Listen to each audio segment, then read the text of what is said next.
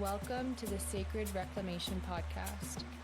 Here we will be exploring how we can reclaim the sacredness of birth, life, death, and all the happenings in between. My name is Sydney Sands, and my intention with this podcast is to reclaim the art of storytelling. This is a space where we will practice allowing the simple act of telling our stories and listening to the stories of others to be medicine for our bodies and spirits. I invite you to keep an open mind and an open heart as you listen to these stories. Grab a cup of tea, maybe a little snack, and settle in for story time.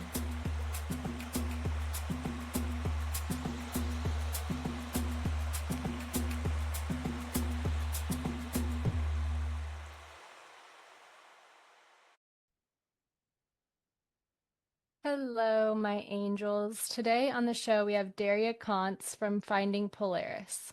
Finding Polaris is a wilderness skills and rites of passage nonprofit located in Northern Ontario.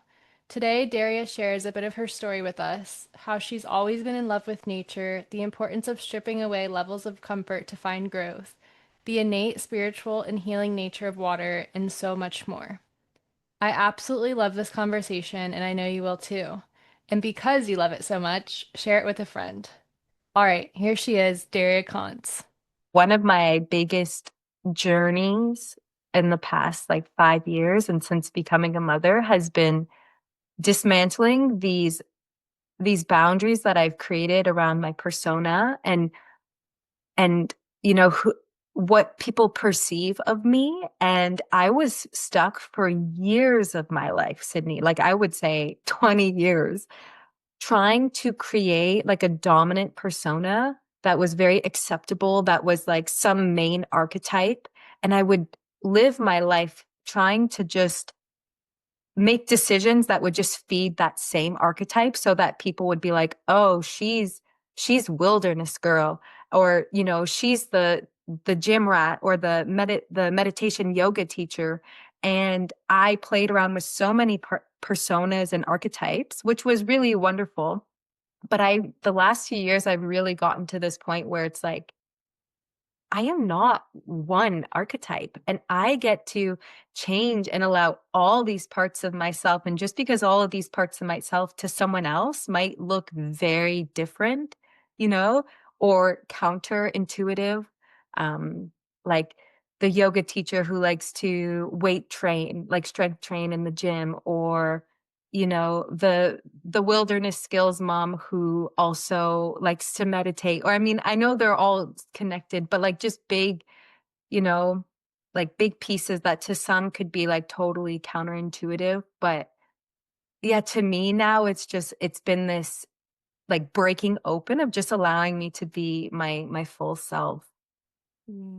I love that, and I feel that so hard right now. I don't know if that's a collective, something that's dropped into the collective consciousness, or if it's another rite of passage. How old are you? I'm 31. 31. Okay, I'm 29. I'll be 30 in a couple of months. Yeah, I wonder what it is. And I find that, and you said that it's other people's perspective of you. I find that true, but sometimes I feel like that's actually a cop out, and it's just my perspective of myself, and me being everything has to be organized, and I have to be, oh, this. And I wonder too, if this was something that humans have always dealt with, or if it's magnified by social media and this weird way of being in the world now, where we are trying to we feel like we have to present ourselves as something. When you meet someone new and they're like, "Oh, hi, what's your name? What do you do?" And I'm like, "What do I do?" Yeah. Jeez, Yeah. what kind of question is that? I had a friend who would always respond, I do a lot of things. Yeah. Yeah, I do a lot of things. Yeah. Yeah, sometimes Shane will, when he'll be talking to his mom or something, she'll "Oh, what are you doing?" And he's like, "Breathing." Yeah. And, it drives her crazy. She's like, "What do you mean you're breathing?" Yeah. But it's How are yeah. you? Yeah. Just Yeah. live in the present moment, you know? Yeah. Yeah. And I think I agree with you.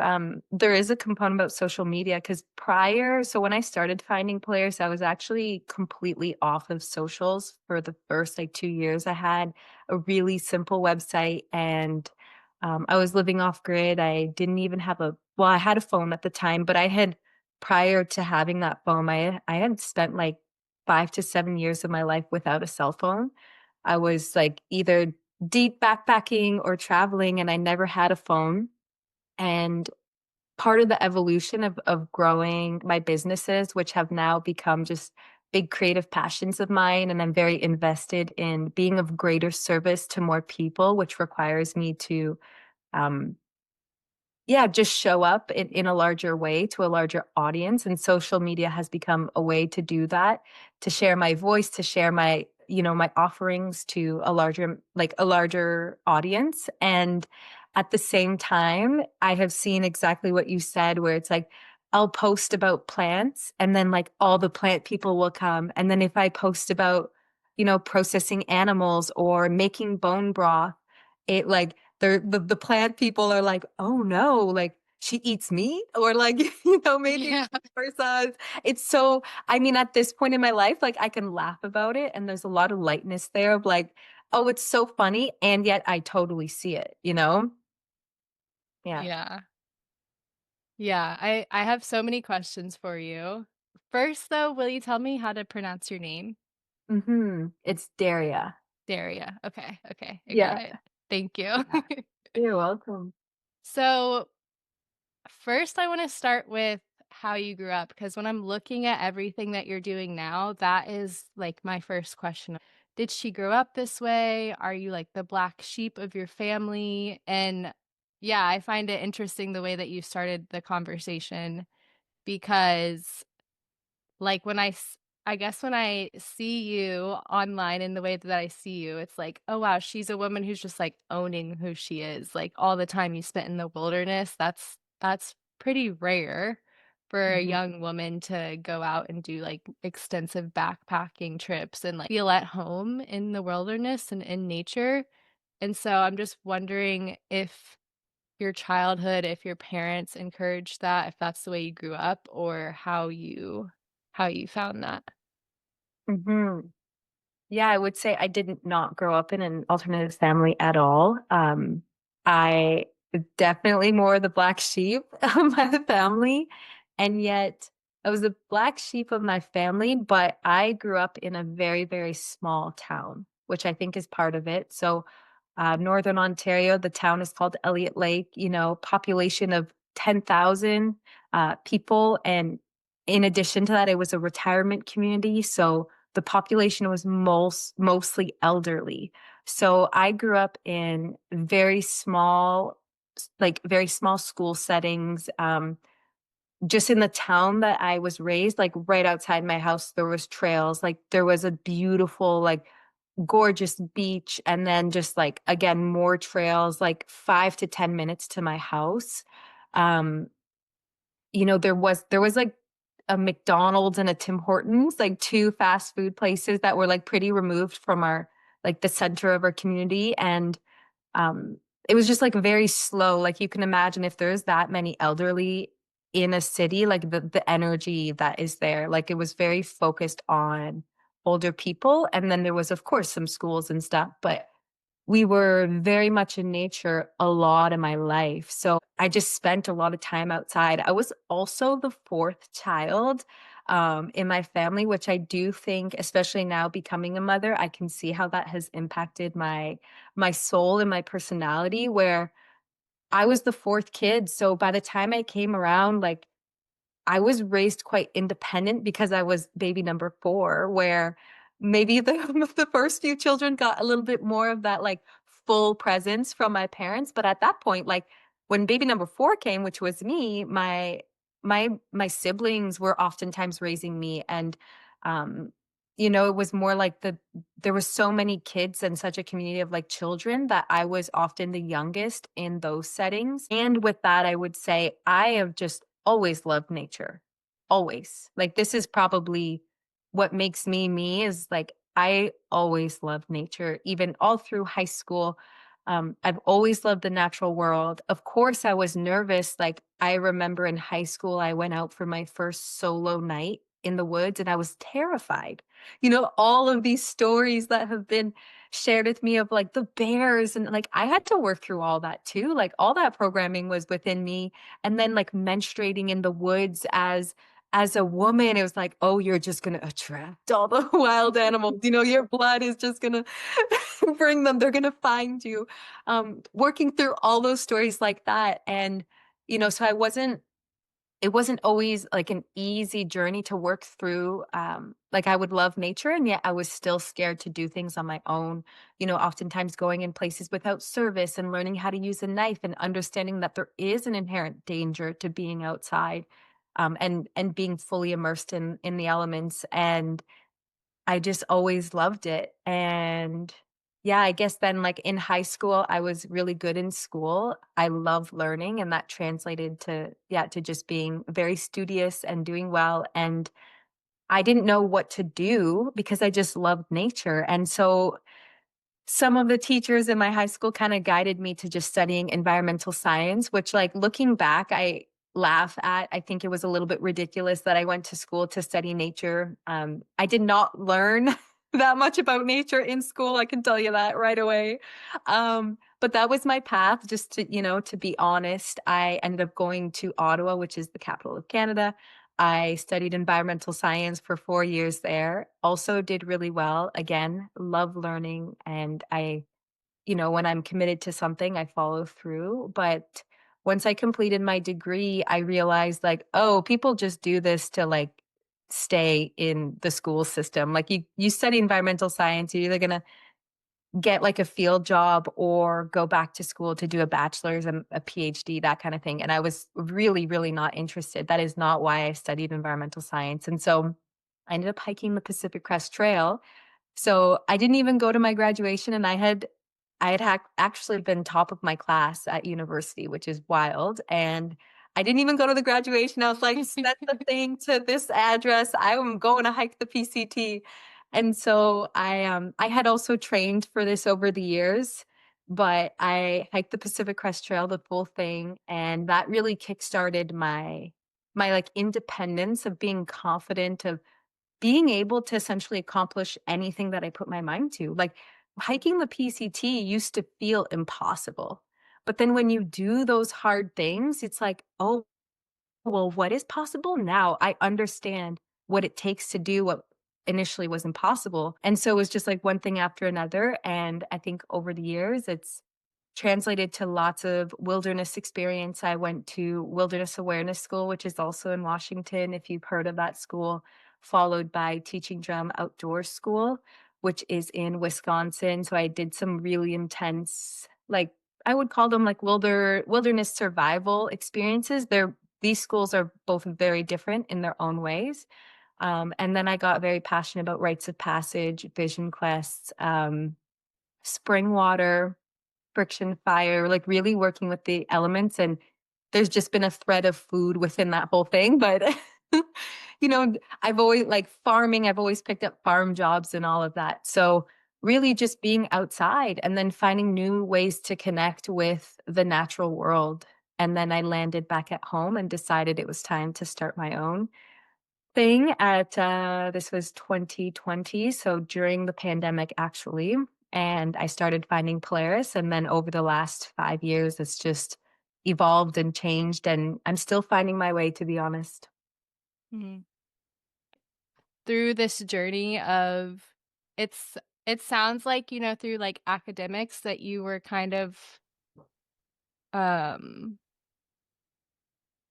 committed to academics is, like, you do the work that's assigned to you and you get a grade, and then, like, that's your accomplishment, you get that feedback, and so I wonder, was there any internal friction in you when you shifted from graduating to going and hiking the Pacific Crest Trail, which is like I know that has its like, you do this and you accomplish it and you get that feedback, but it's also very like solo and just in my mind, I'm like, my mind would just be running a million miles a minute of like loving it but also I'm always, like, questioning my experience, like, "What am I doing? Is this something worthy to do?" Or like, "Wow, I'm so proud of myself, like, I'm really doing this." Like, what was your kind of, like, internal landscape as you shifted from school to the wilderness? Like, from I don't know, it almost feels like from being contained to, like, being free.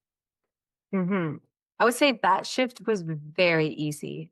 Mm. Like, from academics to, like, just finally listening to my soul's calling, that was so easy, and, like, I was so excited, and I knew I was doing the right thing. Of course, maybe I should say this, during my whole life's history, there's always people who have been telling me what I'm doing is not the right thing to do, you know? Like, I've always had that.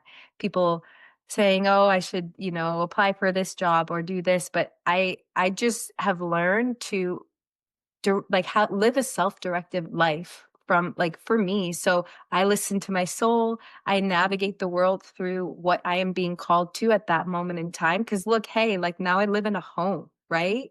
I also have a toddler and I am being of service in different ways. I don't live off grid anymore. And so I listen to my soul and I navigate through that. And I've just stopped like, I've really learned to stop, like, being in the structure of others. So it's a self-directed life, just like our whole life is a rite of passage. So I just see that as like, okay, I really need to listen to my soul's calling and navigate from there. And when you can get clarity with that, it's very obvious, like, which path to take. Um, yeah, and when like, for example, when I was hiking the PCT, at the end of the PCT, like, it was really cool, and I was set like, it's my personality to complete a cycle. So month 3, 4, there were questions that were like, "Wow, this is kinda selfish," you know? Like, or self-serving where I'm just hiking, I'm enjoying this beautiful scenery, we're making friends, we're hanging out, we're sleeping, and there was, like, then this drive that was like, "Oh, Daria, like, it's time for you to be of service. Like, you need to step up in that." So, but that truly didn't come after like month, 3, 4, where I was like feeling into this, and then I was able to come out of the PCT and then move forward in a different way. So, even something like the PCT, there's still hard days. It's still challenging, and it will bring its own teachings. And for me, that was one of them. I was like, this is nice, and like I'm here to be of service to others, including myself, but also to service. So I was like getting this bigger call to step into something, yeah, which, years later turned into finding Polaris and our holistic health practice. Yeah, it's really interesting to, like, navigate those times and, you know, hearing the message and receiving the wisdom of, like, that desire to be of greater service and to know that that's what you are destined for, and also trusting that the times of solitude and doing those things for yourself, like, actually is your way of being of greater service because it's going to Mhm, contribute to whatever it is that you offer to the world. And I would even say that, like, the world would be such a better place if there was more people who were just gone out hiking on the trail for several months, and just the energy that that creates and the love and intention that puts mhm, into, like, the land and the universe. mhm. Yeah, and it really like a big theme with finding Polaris and the rites of passage work is like stripping away levels of comfort. So, all of our programs there's no self-service where we go. And like that's a big one for people. Like people get so scared of that.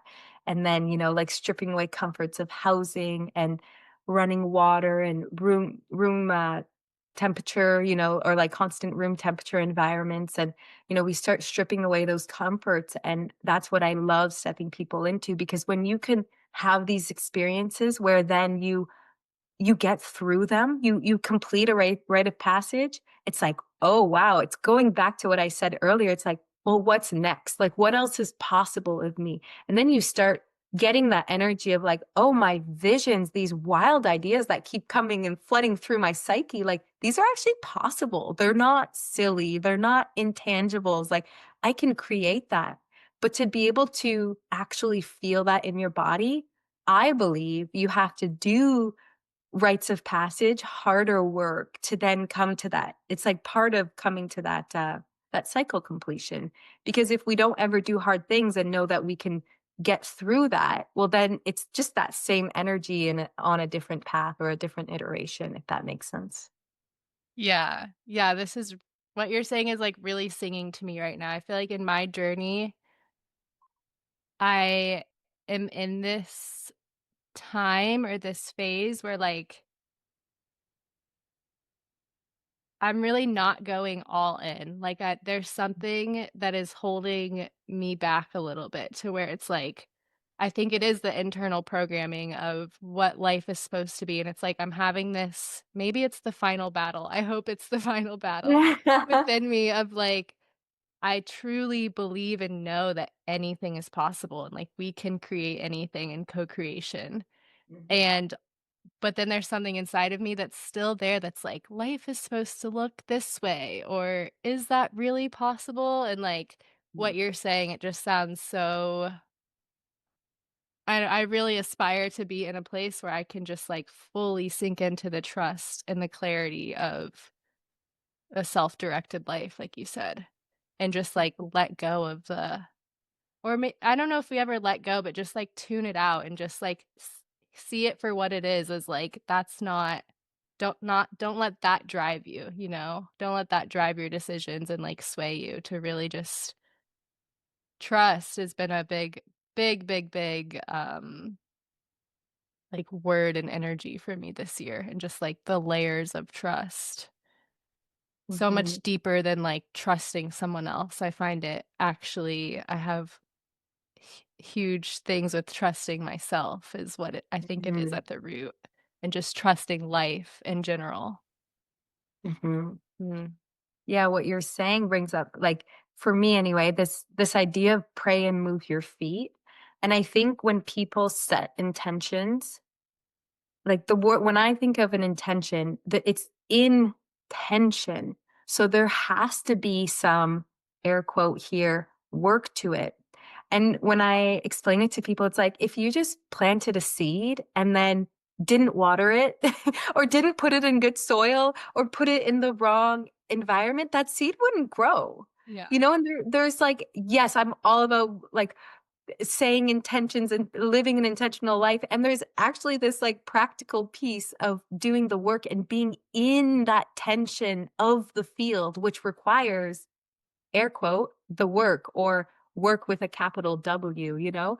And so it's like just raising animals or, planting seeds and growing herbs. It's like we have to be putting in the work as well as planting the intention. Because if you don't have the intention to plant the seed, well, then of course, none of it would evolve to fruition. But I think there's a piece where I see a lot of people, like, like, they speak their intentions, but then there's not the follow through of, like, actually doing the work. Does that make sense? Yeah. Yeah. Yeah. Yeah, gardening is always, like I reap so many metaphors for life in gardening, and, like, my last episode that I just put out was actually called "Trust the Seeds That You've Planted." Mm, Um And yeah, you're just, like, speaking my language, and I love having these conversations with people because the synchronicities that come through and just, like, the conversations that we're having in our house within me and Shane in our relationship and within our family and with friends in the broader world, it's just, yeah, I like to say that these conversations feel like being in conversation with God because mhm, it's always, like, the message is always coming through whoever I'm talking to, and so mhm. yeah, loving this conversation already. So you brought us to 2020 when you moved back and you started finding Polaris. So you started it by yourself. Yep. Okay. And when I did had your no idea what I was doing. Okay.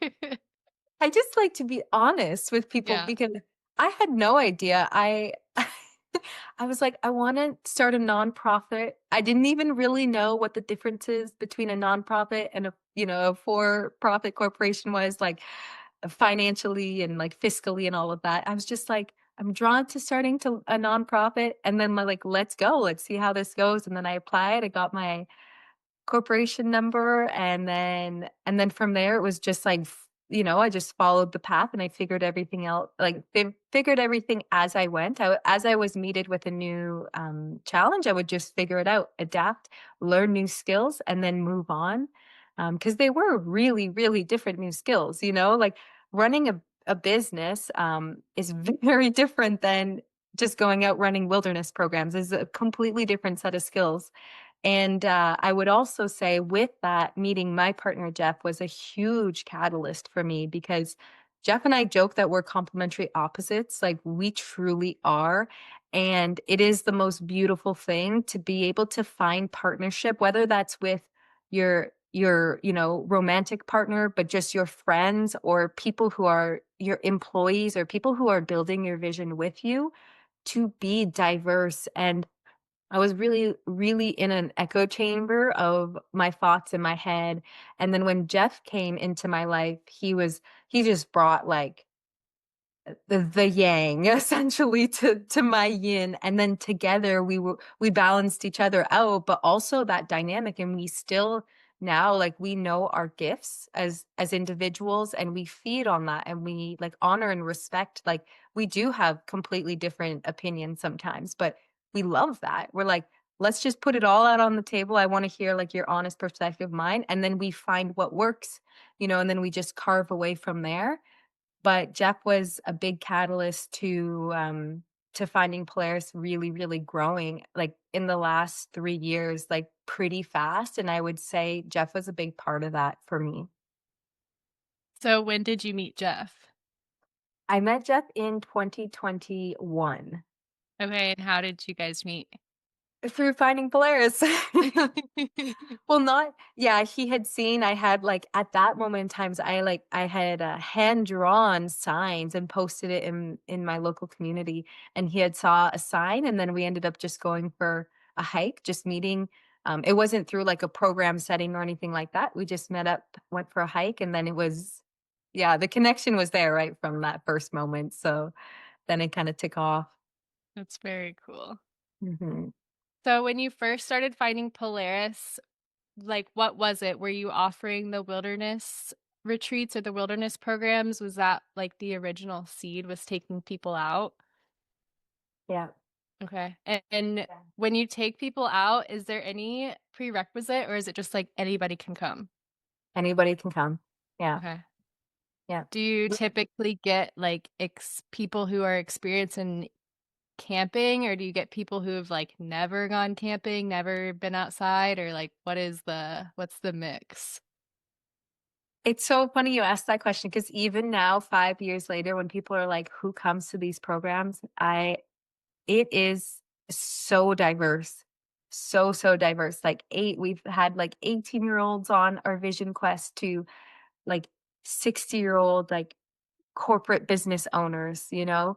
It's been people who have never camped. Like, one person traveled from South America, never camped at all before in his life, and then came for a program, to, people who are more experienced, very comfortable camping and just want to learn more of the harder skills and um like deepen their connection because they're comfortable with camping already. So, like, truly such a mix. Like, we've had mothers, we've had fathers, we've had teachers, farmers, who else? Yeah, just it's such a mix. It's beautiful, actually. And I think what is the common thread is people the common thread in everyone is this desire to have a more embodied experience of nature connection, and being in the natural world. And they want to feel that, and to feel that, like, you can't watch a YouTube video, you can't listen to a podcast. It's like you have to be it, like, you have to be there. That's why we will always do in-person events. Yeah, we won't like we do a little bit of online stuff, but it's like it's an in-person event thing. Yeah. Yeah, so will you kinda walk me through what your events look like? Mhm. So our 2 main events, we have, like, wilderness immersion. So that's people coming and they camp on the land with that. With us, we cook, our food over friction fire, so you get exposed to friction fire. We talk about water. Jeff and I are really passionate about educating people on drinking clean water, finding clean water. We always educate of the natural worlds, the plants, the trees. So getting people to just feel plants, see wild plants, and that will always be, depending on the location, you'll get to know the plants and trees of that place. So with that, there's an element of crafting. It could look different in every group. So you could learn, cordage, or we'll process plants and make a salve or a tincture.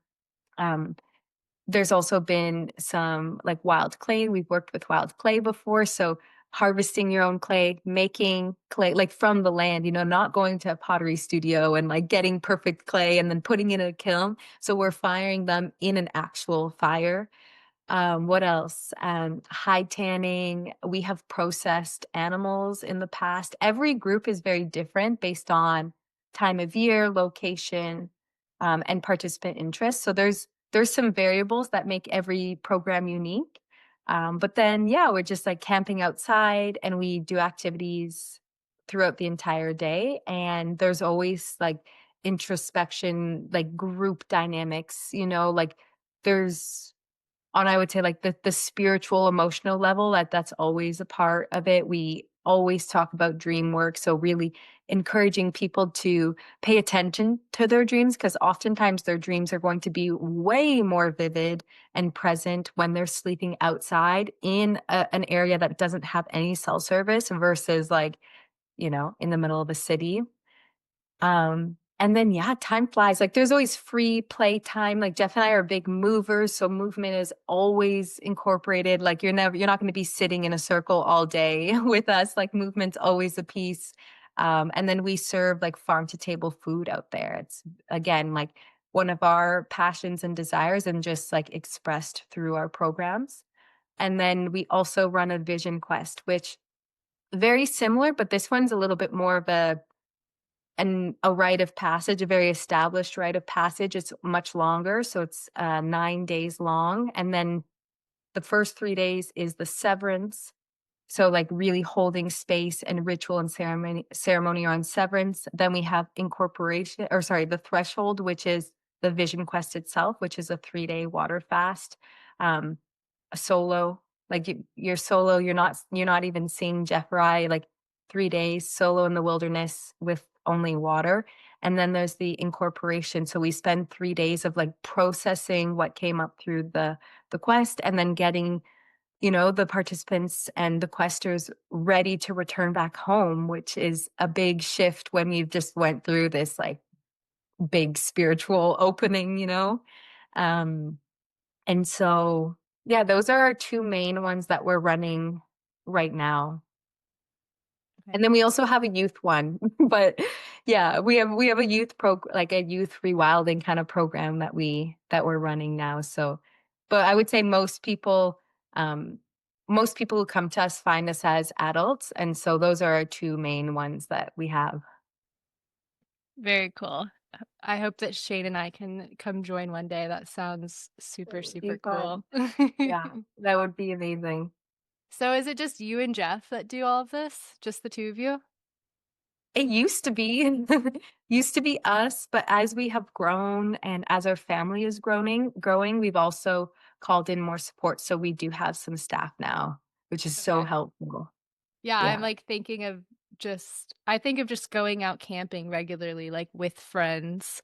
And if it's friends who like don't camp often, how much like support and energy it takes to just like keep the group together. So just like thinking of you and Jeff holding the space, teaching, feeding people, like that's a lot, but that's like, yeah, that sounds like such a beautiful experience to have and to offer into the world. Yeah.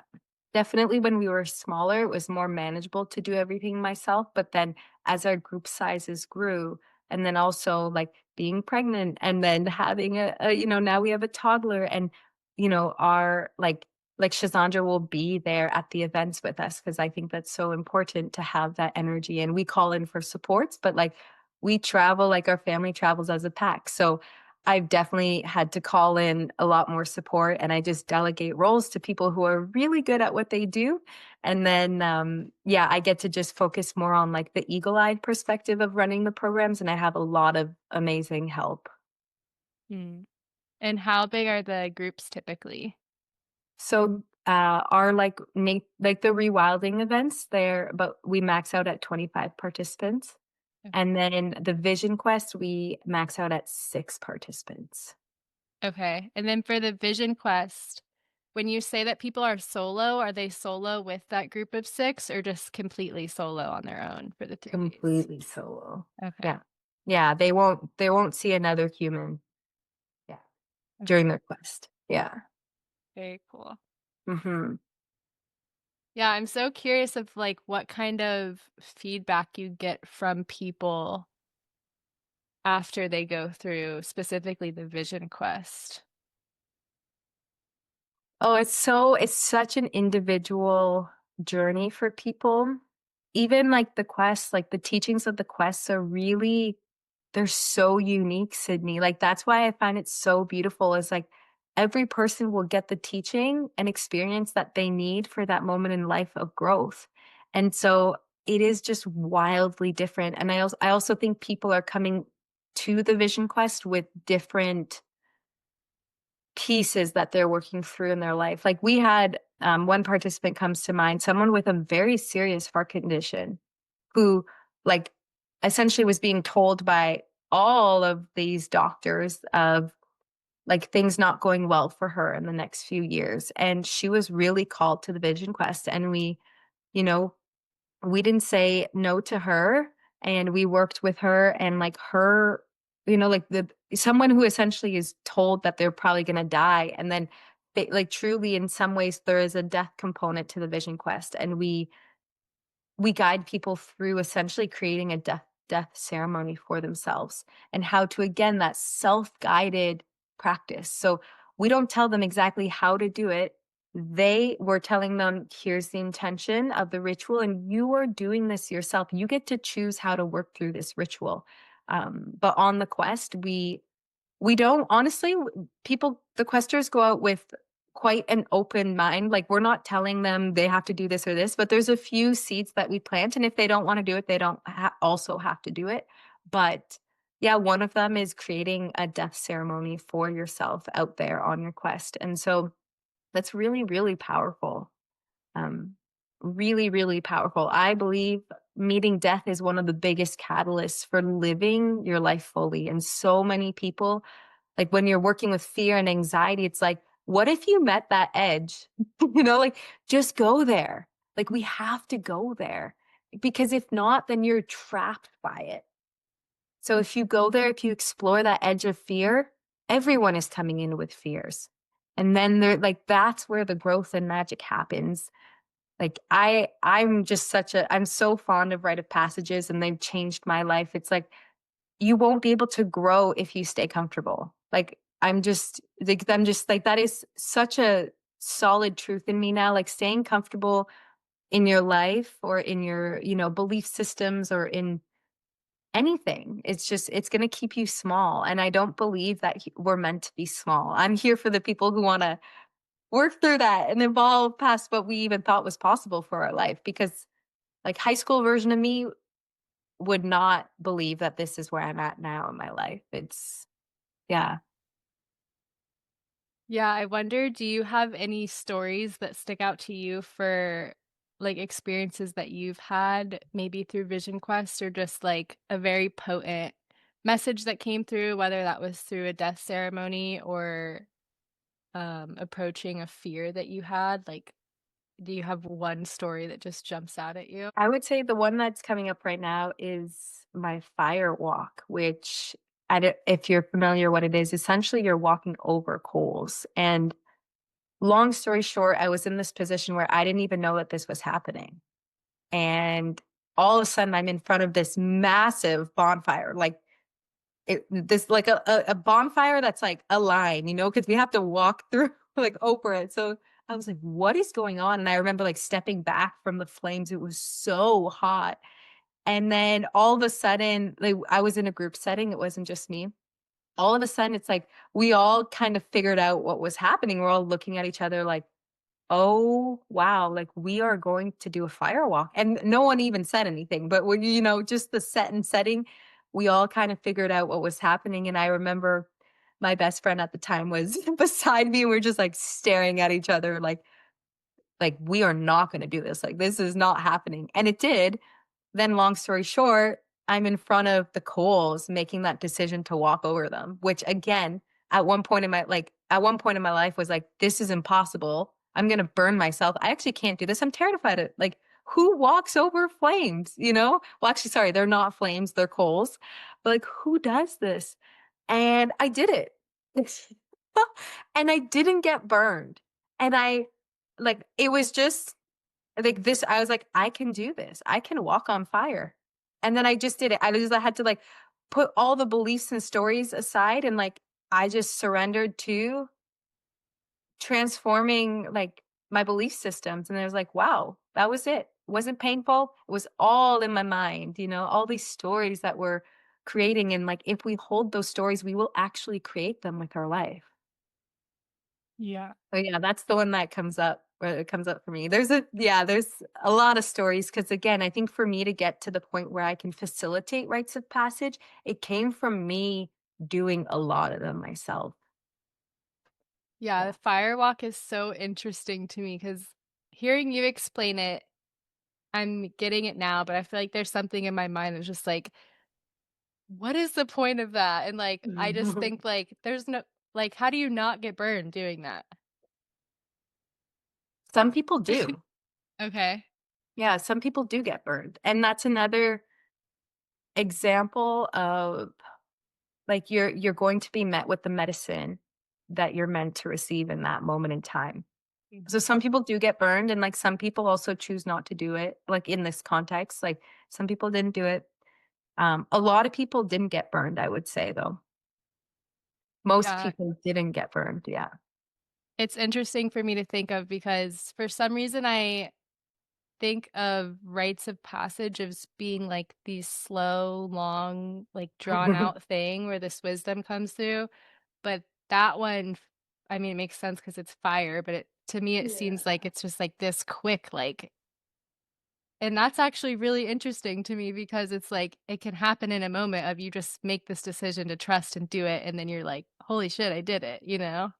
So Yeah. that's intriguing to me. I'm glad you shared that story. Yeah, I love that. Like, not all of them have to take years and years for us to receive these messages of growth, and I think a big piece is movement, a healthy waters are found in rivers that are flowing constantly. What happens? Waters that become stagnant, they get murky and, air quote, "dirty."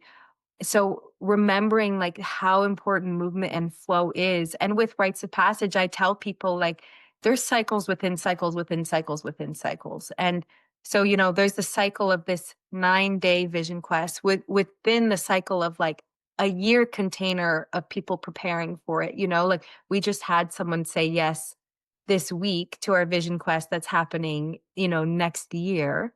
So that person has already started their vision quest. You know what I mean? And we give resources as soon as someone says yes, we give resources so they can start doing the work months in advance of that one container. And then there's cycles after that as well. Like I still have moments of clarity around my vision quest that is now, like my first one.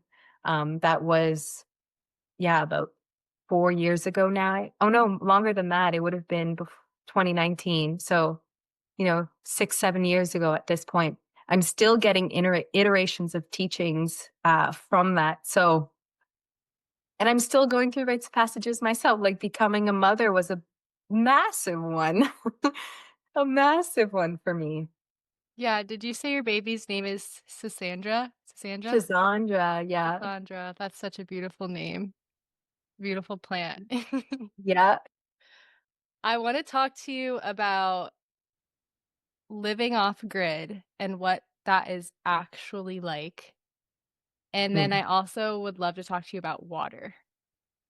Do you wanna start with living off grid? Yeah, let's do it. Well, I love that you said what it's actually like because I think it's very romanticized. And I would say it depends how you live off grid. So, off grid, essentially, like, no electricity or very little electricity is kind of like what people think of. But when I say I lived off grid, we were in a bunkie that was 100 square feet. So this is like smaller than this room. Just like, 100 square feet would be like a king size mattress plus a little bit on each end to walk, just like give people a visual. Very, very small. So I was living in that I had built myself. I had actually carried that entire bunkie down this path so I could be really isolated. Um, and then we had a wood stove going, and I had solar panels year two, like two onwards, but the first year I didn't have solar panels. And I made a ton of mistakes. I loved it. I loved growing through that experience, but I would say, what is it actually like? It can be very beautiful. So when I think of solitude, silence, quality of sleep, um, like just getting really clear and centered with your life, like you're surrounded by nature. There's just like clarity that comes to that if you don't have like oftentimes, well, this is a context of like me not working a full-time job or anything like that. Like I just had pure freedom. And oftentimes when your costs are lower, like it's possible to live off grid and not have to work 40 hours a week or anything like that. So you get to create your own schedule or lifestyle, and oftentimes that involves working less. But that's all like unique to different people. But I had saved up money, so I wasn't working at the time. I was just building finding Polaris when I felt like it, to be honest. That's why it didn't grow that much the first few years. Um, but then I would say what it's like is if you don't have systems or a community, so like one person like myself, it was a lot of energy. So I was doing dishes every single night by the lake. I was, chopping down trees, gathering my own firewood. That takes a lot of energy. If you're doing it solo, like a lot of energy. I was by the lake that I was living, there was actually a spring that I had found. So I was gathering my water from the spring. So every day there's just baseline tasks that are beautiful. It slows everything down and it all requires a lot of energy. I joke now, fast forward with having a toddler, it's like, I'm so grateful for my dishwasher, you know? Like, I am, like, so grateful for my dishwasher because the amount of time that it frees up for me to be able to then be of service in a different way. Whereas when I was living off grid, I didn't have those visions or, um like, I didn't really have the direction of finding players, so I was okay spending my days like that. So, I think there's a piece around that. There's also a piece around community. So, like, if you were to live off grid with, let's say, 10 people, well, then you could divide those tasks and have a lot less on your plate as a single, like, as one person. Um, so I think that was a big piece. Like, even just having Jeff there, and Jeff came with like a ton of tools that I didn't have, like actual tools, and also a lot of strength. Like I'm very strong and comfortable in my body, but there's nothing like a strong man who can lift double than me. Yeah. Super helpful. Also, like the analogy of like having two people lift something is significantly lighter than lifting something by yourself. So like truly many hands make light work. And so that became really clear. Jeff actually had quit his job when we had met and moved. And so we lived about 7 months, like strict, just Jeff and I in that like tiny house. And yeah, it was such an amazing experience. Yeah, that's what comes up now. Yeah, I can imagine it, and I've never lived off grid, just for a short stint of, like, Shane and I traveled the US, the year before last, and we had a travel trailer, and we typically camped off grid, but we also had the camper with us and our dogs, and just from moving out of the city and, like, living more in the country the past couple of years, like, the way that you're, like the way you spend time shifts and, like, priorities shift, and so now, like, cooking all of our meals at home and then not having a dishwasher, so cleaning the kitchen 3, 4 times a day, like, the amount of time that's just spent, like, shopping for food, preparing food, cooking Mhm. food, cleaning up after eating. There's something about that lifestyle, that simple lifestyle that I really feel like is very natural for us. Like, I do think that a lot of the issues that are in the world today and within people are because of this overcomplication of life, and sometimes I do think, stripping back to the, like, being concerned about, like, food, water, shelter, and community, family, and spirituality is, like, really the essence of life. But I do agree with you of, like, yeah, I love having a dishwasher because then you can do something else besides standing at the sink for 20 Mhm. minutes or whatever, just, like, these simple things, and Shane and I are looking for land right now to buy, and we keep kind of tossing back and forth between should we buy just raw land Mm, and maybe build something, like, quick off grid and live that way a couple years while we save up money and, like, resources to build a house, or should we just buy a fixer upper? And, like, sometimes I mm, am like, "No, we shouldn't, like, put that on us because like, the reality of it would probably be would be very challenging, not probably." Um, but then there's something that, like, pulls my heart to it, but I'm definitely someone who I'm a romanticizer. And I think it is over romanticized, but I also feel like there are romantic moments in it, you know? Oh, for sure. Like, I when I lived off grid, like, I also didn't have a toddler in the picture, and I wasn't really dedicated to growing a business, so there is some big pieces that were different, but yeah, the amount of meditation that I did and solitude and crafting, like, I had made so many beautiful pieces in that time. I had way like, that's where I was focusing my energy. I was, like, taking in spiritual texts and really just evolving my soul. It was my hermit card, essentially. It was, like, this period of time of, like, really embracing the hermit, and there is such good medicine, and remembering, like, the hermit is one card of the tarot, right? Mhm. Like, we're supposed to evolve and grow past these I don't wanna say archetypes, but yeah, archetypes or like personas or energies, and to be again in that movement of life so we don't get stuck because I could have totally got stuck in the hermit. I could have lived my entire life like that. I love the hermit archetype. It's like I thrive there. And I knew, you know, I hit that moment where it's time to move on. Um, I would say, in your reflection of like your home purchase, like purchase a fixer upper or raw land, like for us, our goal is to still live off grid. Um, we had just with understanding what it takes to like be very involved in our childcare, like we're essentially going to be with our kids. Like I'm not sending my child and children to anyone, so I'm very involved. We're both very involved in, like, our child's care and then also running our own businesses and then growing a family and understanding like, oh, when our kids get a little bit older, then great. It would be awesome to go back to that vision because we 100% talk about it all the time. Going back to that vision of off grid and having really amazing systems and also having the support of children who are very capable of supporting a little homestead or things like that. Um, just when we got pregnant, it became very clear to us that like we need to have a solid nest if we want to continue building our businesses and just having the resources so that I'm not stretched out really thin. Yeah.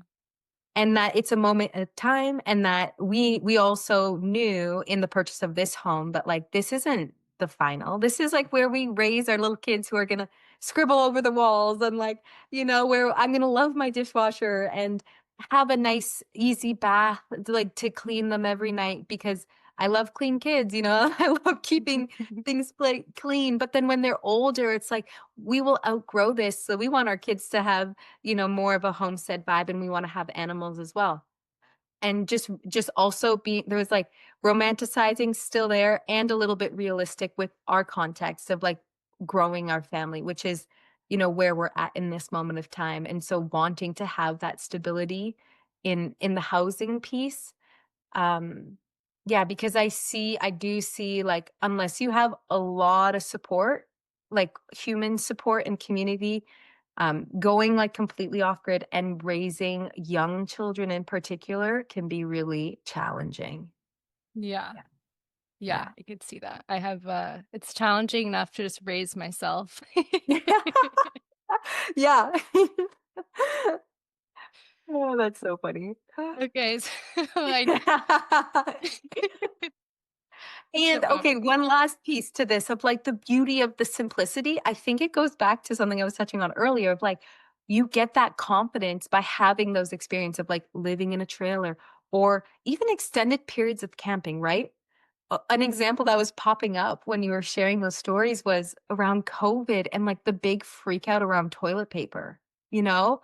Like, look at what, like, that is so ridiculous and just shows like how people are not comfortable with a very human basic need of like pooping and like having hygiene around pooping. Like, I remember when that happened, I was like, "I am so grateful I did those extreme air quote, extreme wilderness things because like, I am so comfortable. You could take this entire house away from me, and I know exactly how to do to take care of my basic needs as a human," you know? And it was there's just a confidence that you can't walk through life with if you don't have those experiences because 'cause we're all mammals. Like, at the end of the day, we are all mammals. yeah, that reminds me of, last year when there was the hurricanes Helene and Milton, I Mm, think were the big ones that came through, and we used to live in St. Pete, so I'm on this, like, I Love St. Pete Facebook page, and so no one had power in St. Pete, and they shut off the water because the sewer system is all messed up there because there's, like, way too many people that live there, and it's just an outdated sewer system, so they have to shut off the water when storms come, and I saw 2 posts on the, like, Facebook page of someone saying, like, "I have to poop, what do I do?" And this is like this is a huge, like, social media platform for, like, this little city, and I was just like, this is such an example of, like, where we're at in humanity, of, like, mhm. someone would rather face the, like, public embarrassment of posting online of, "Where do I poop?" Yeah. That feels safer to them than, like, being able to figure out how to use What the to do. bathroom if they don't have water. And I was Yeah. just like, "Oh my goodness, I'm worried for humanity," you know? Yeah. And that's why, like, we intentionally choose we run our programs where there's no service because if we still had service, people will still be on their phones. We Yeah. know it. We just know it. So it's like now we're like, okay, because there used to be service in some of the locations, but we changed that in the past few years because especially doing youth programs, as you can imagine, it's like, oh yeah, there's just no option. I'm not even gonna take your phone. Keep your phone. You can't do anything with it. Great. And it will die because you don't have anything to charge it with. If you use it, it will die. Yeah. And it's been, but like even some of the adults, like we had one participant share and I'll never forget that. So he was just like, I have this like reflex of like putting his hand in his pocket to grab his phone. And it was like, and it took him a few days to like stop doing that. Like that is wild. Yeah. Yeah. Yeah, the phones are crazy, and the online, like, I go back and forth with online stuff too, especially building a business, Mhm.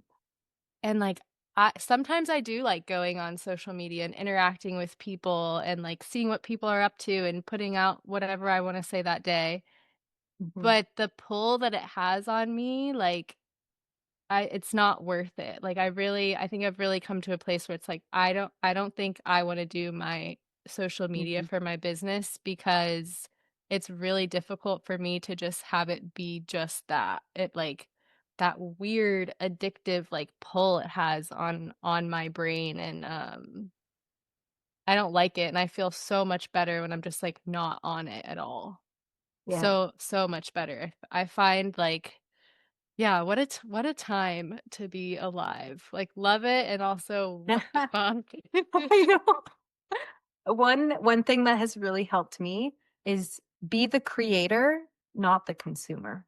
Mm, And so I like I will well, also, I've now 5 years later come to the point where I'm delegating social media stuff to someone else, which is amazing. It also took me 5 years to get to this place. And so absolutely, like, as soon as you're in that position to hire or you find someone who's on your vision who wants to help or support, like, absolutely, I agree with you. Like, take that off, take that off of something that you have to engage with. But at the same time, it's just been a tool for me where I'm just the create like, I actually don't really scroll that much on social media. So I'll go on, I'll post, I'll share, and I check my DMs just to to have that interaction, like as though I was texting someone. And then I get off. Like, I actually don't consume that much. And so that has been very helpful for me. And then over the years, just seeing how, oh, this is a tool of like meeting new people, growing my community, having, so someone who reaches out, who saw something and then shows up to a program, like it's really fulfilling in that way. But absolutely, like, I just don't scroll. Like, I don't do that. Like, I don't. yeah. Yeah, that's a good, like, hard boundary to have. Because Mhm. I've cleaned up a lot of, like, who I follow, and, but I still get Yeah. sucked into the funny stuff, like Well, the funny stuff, yeah. and then if Yeah, you watch a couple, then, like, your whole feed just yeah, turns into, and I'm just like, sometimes I love it. I'm just like, "Okay, this is yeah, what," like, truly, what a time to be alive when, like, yeah. just I love that. I think that's a great use of the internet, is to have, like, bring laughs to people.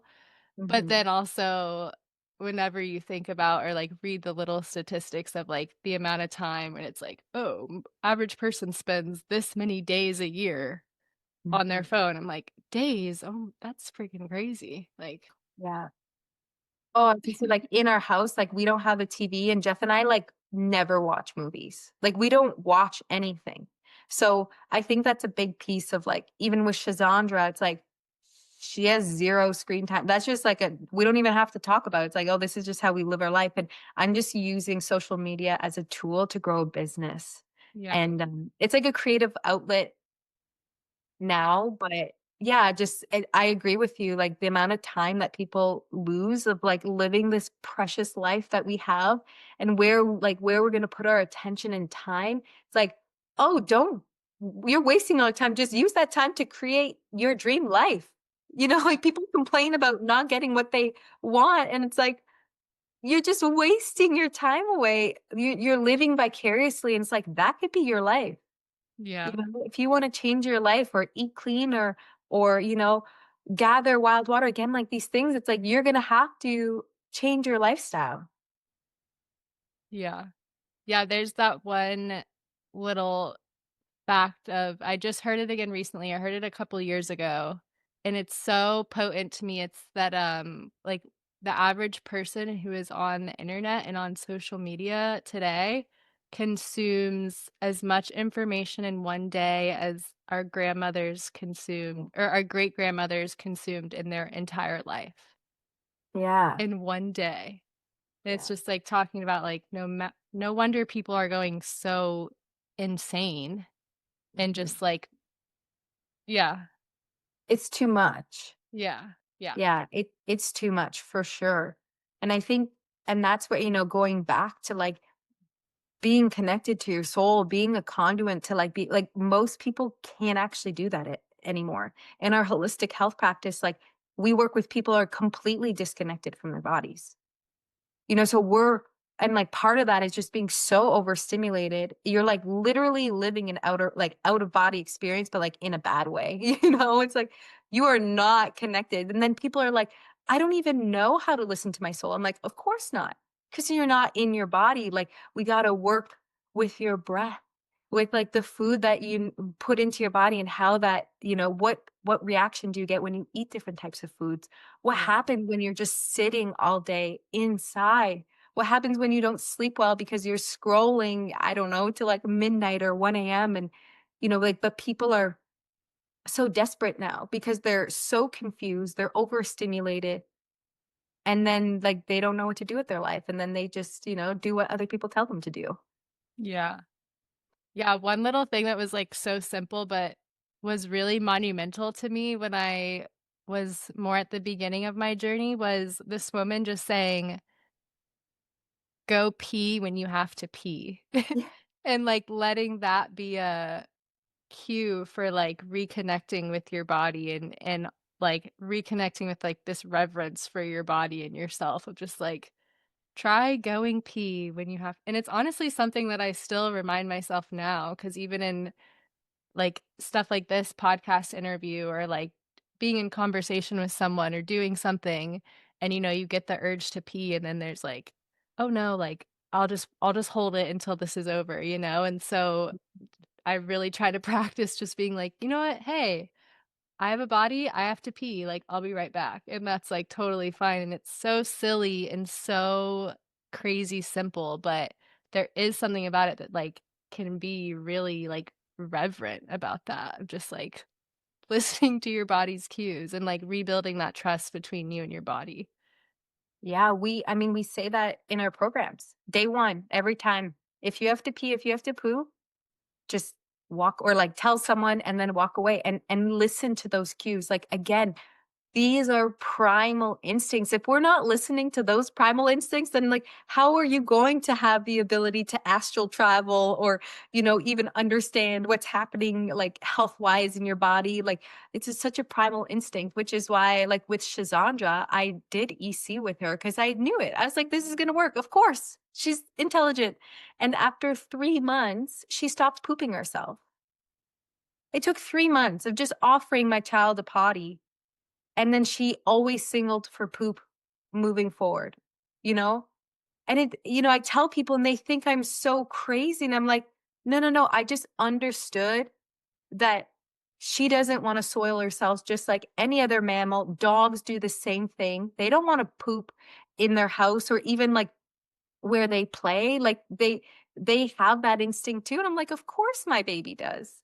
And, like, after 3 months, barely poop like, maybe, let's say we'll miss, like, 5 to 10 of those poops over the next, you know, whatever, a year and a bit, like, but we barely it was just like, "Oh, yeah, she gets it." And then she signaled for peas, I never had to potty train her, and then it was just, like, that's it. It was so simple, but it was simple because there was a foundation of knowledge and, like, yeah, reverence for her body. I'm like, "Oh, yeah, you can be 6-month-old and tell your mom, 'I'm gonna poo, please put me on a potty.'" And then as soon as she had the mobility to do it herself, she did it herself. Yeah.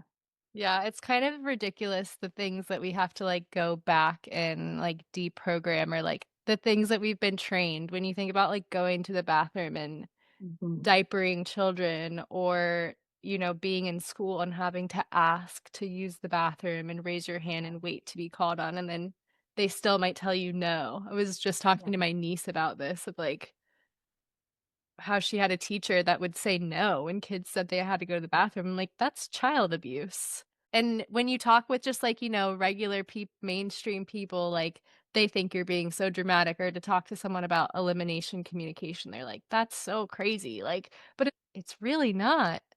It's the other side is crazy, you know? Yeah, and I'm like the one who has to say the harsh truth when moms with, like, 4-year-olds are still pooping themselves, and they're like, "Daria, what do I do?" I would say, "You don't just so you know, like, you trained that. You told them for the last 4 years, like, this is what we do, and so you're really going to have to communicate that and embody that and, like, dedicate the time." And at that moment in their development, it can be tricky based on the personality of the child to break that pattern. But it's like, oh no, like you trained that. You taught them that essentially. Yeah. So yeah. Yeah, so many things to think of, especially when bringing children into the world and, like, how you'll raise them and how Mhm. you quote unquote "train them," you know, and how that's going to just, like, mold a little bit of, like, the way they move in the world. Mhm. Yeah. I mean, I say train, I guess, like, that sounds a little harsh, but I mean more like we're facilitating the lifestyle. Yeah. So, if you say, "Hey, this is what we do," like, they're gonna be like, "Oh, this is what we do." But and whether it's the water you drink or how you get your water or the food you eat, like, with picky toddlers, it's like, "Oh, no, no, she just eats what we eat, that's it." Like, she doesn't I don't offer her toddler I don't even know what they are, like the little snacky thing, the little pouches. It's like, no, she just doesn't get that. It's just like, Yeah. she just eats what we eat and that's it. Like, it doesn't have to be so complicated, you Yeah. know? It's complicated when your kid doesn't eat with you and then you feed them all these like sugary snacks that blah, blah, blah cycle goes on. Or like, yeah, it's like really in my experience, and again, I'm like, I'm a fresh mother. I have one child and and she's only 2 years. Like I'm a very, very fresh mother. But what I've learned even in that period of time, it's like we are the lead.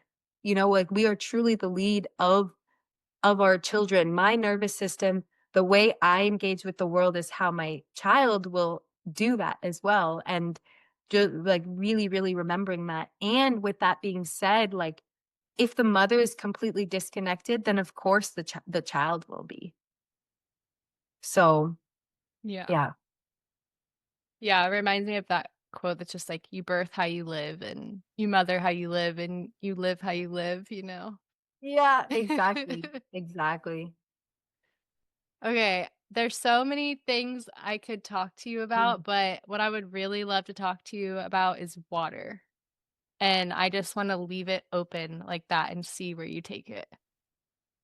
okay, yeah, maybe I would start with my initiation to water was when I was preparing for the Pacific Crest Trail because I knew that on trail I was going to have to gather my water from wild sources. So I did a lot of reading of like, okay, what can I do? Like that was very new to me.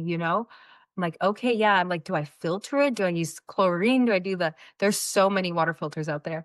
But what do I do? What do I choose to do? And then when I was in that exploration, I had learned about like just wild water, spring water, glacier water, and how, like, unless there's a few of these things, like there are some things you want to look for water that could potentially get you sick, but most of the time it's actually very safe if you're drinking from a spring and like from springs. And then going on to the PCT, I realized like, wow, like actually there's almost all of our water sources on that trail were springs. Like I would say 80% of them. And because you're hiking high up in the mountains, you're very removed from civilization. So some of these springs or like rivers is just glacial runoff, like just such pure amazing water. And yet there were some people on trail who were still filtering every single drop of water, but I went on that trail at the time and like one of my intentions was to not use toilet paper.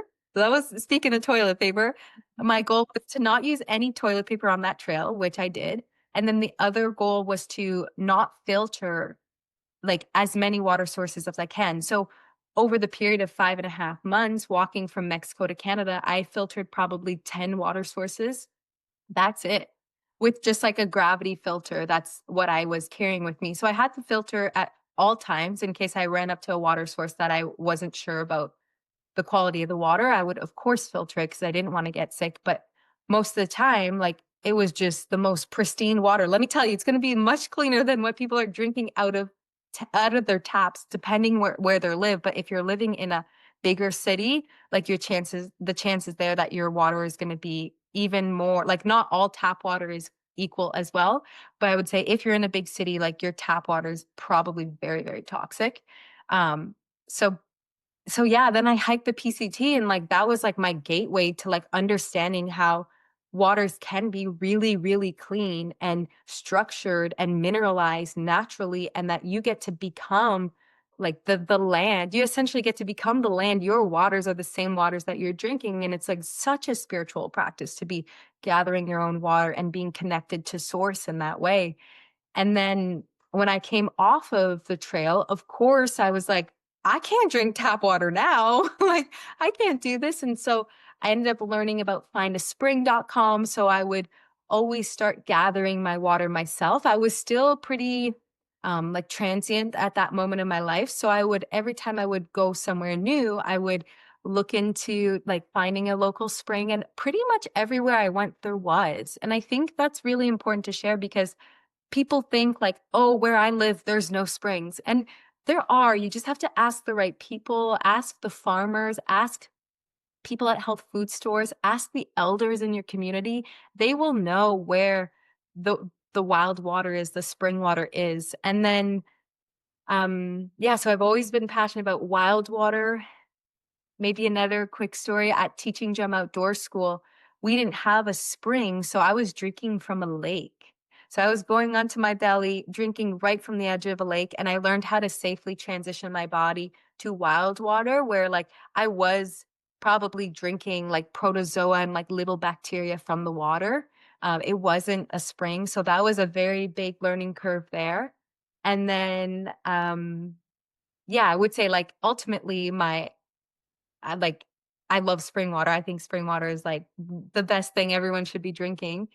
But then when I landed back at home and there's a beautiful spring near where I live, and yeah, I just gather. I get well, we gather all of our water in glass carboys, and we go about once a month to fill up. So yeah, it's like one of my, like, most proudest things is that, like, I drank spring water throughout my entire pregnancy, and, like, my toddler is gonna be raised off of spring water, like, how incredible is that, you know? Again, like, I was not raised like that, and, yeah, when I met Jeff, like, Jeff was drinking spring water as well for mostly for health purposes. So Jeff is a cancer survivor, so he had a big life switch, and, part of that was switching his water. So we were already on the same page for spring water when we met, and then so now we just do it as a family, and we continue to do that. Yeah, I love that. One of the on our trip across the country, we didn't really have it planned, and one of the ways that kinda guided us was findaspring.org, and it was like we would kinda go where we could find water, Mhm. um, and that was a really, really special, like, element of our trip was collecting water, and just over the years as we have, like, left the city, we have gotten more consciousness and intention around the water that we drink and Mhm. learning more about, like, the water we bathe in and just, like yeah, it's I both, like, feel so grateful to have this knowledge and to know that it's important, and also there's a part of me that is, like, sad for people who think it doesn't matter what kind of water that they drink, or it doesn't matter the kind of Yeah. water that they shower in or all the crap that's in the tap water and just like, I listened to this podcast several months ago, and it was this woman who I can't remember her name, but she basically, like, partially freezes water, and she will, like do you know what I'm talking about? She kind of, like, imprints, and it shows a photo in the Veda water. Austin. Yes, Beta Austin.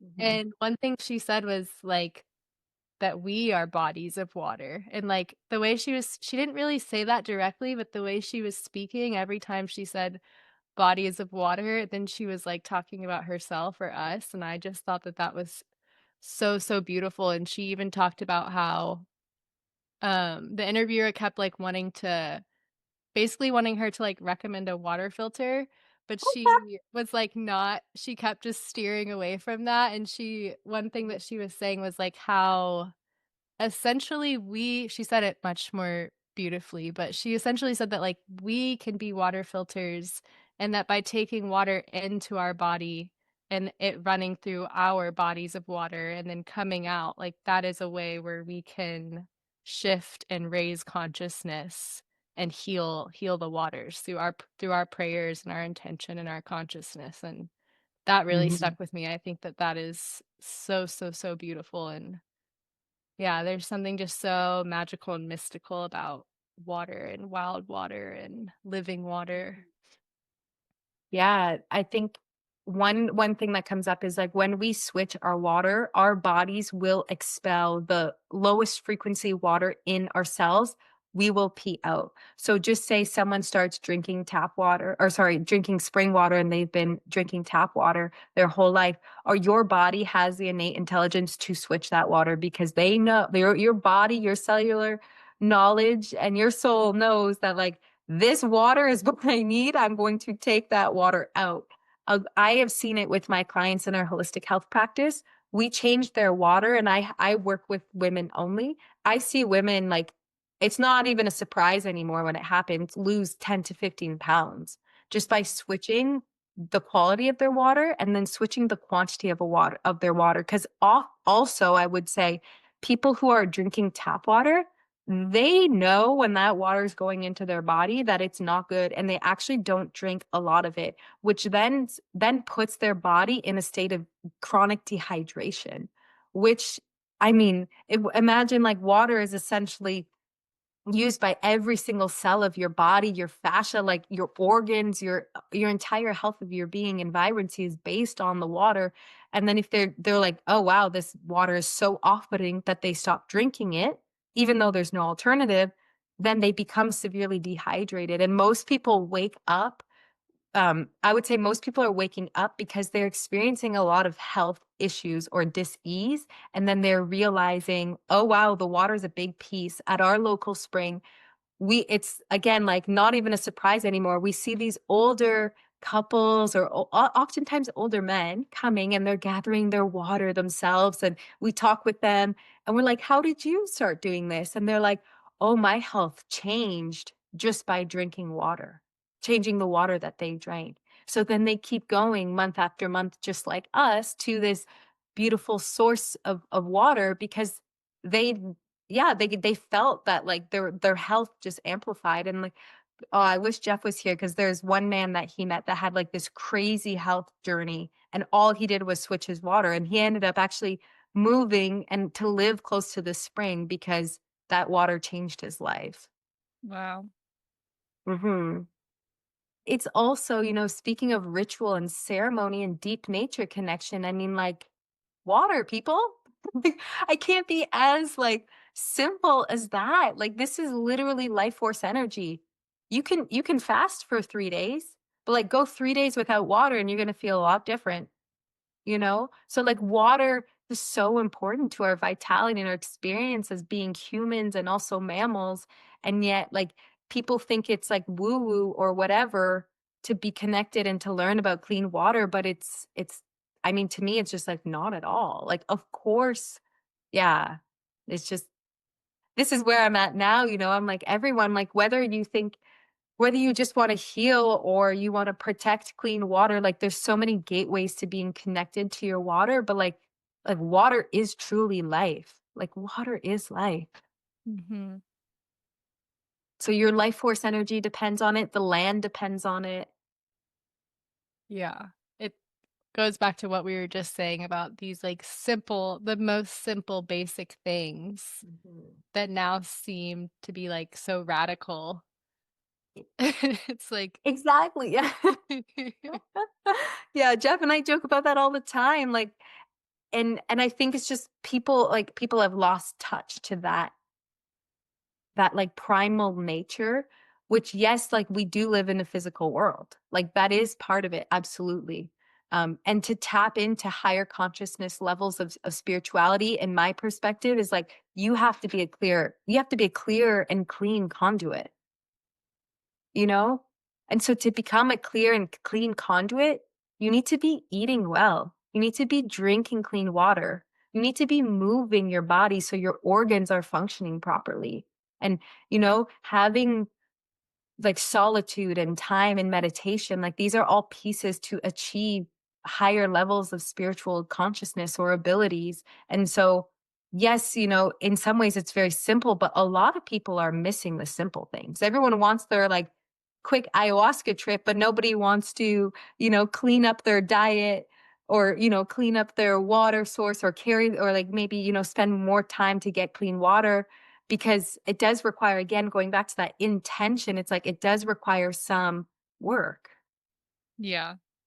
and discipline and commitment. And that's where it's like, this is the ceremony of life. Yeah. Yeah. Yeah.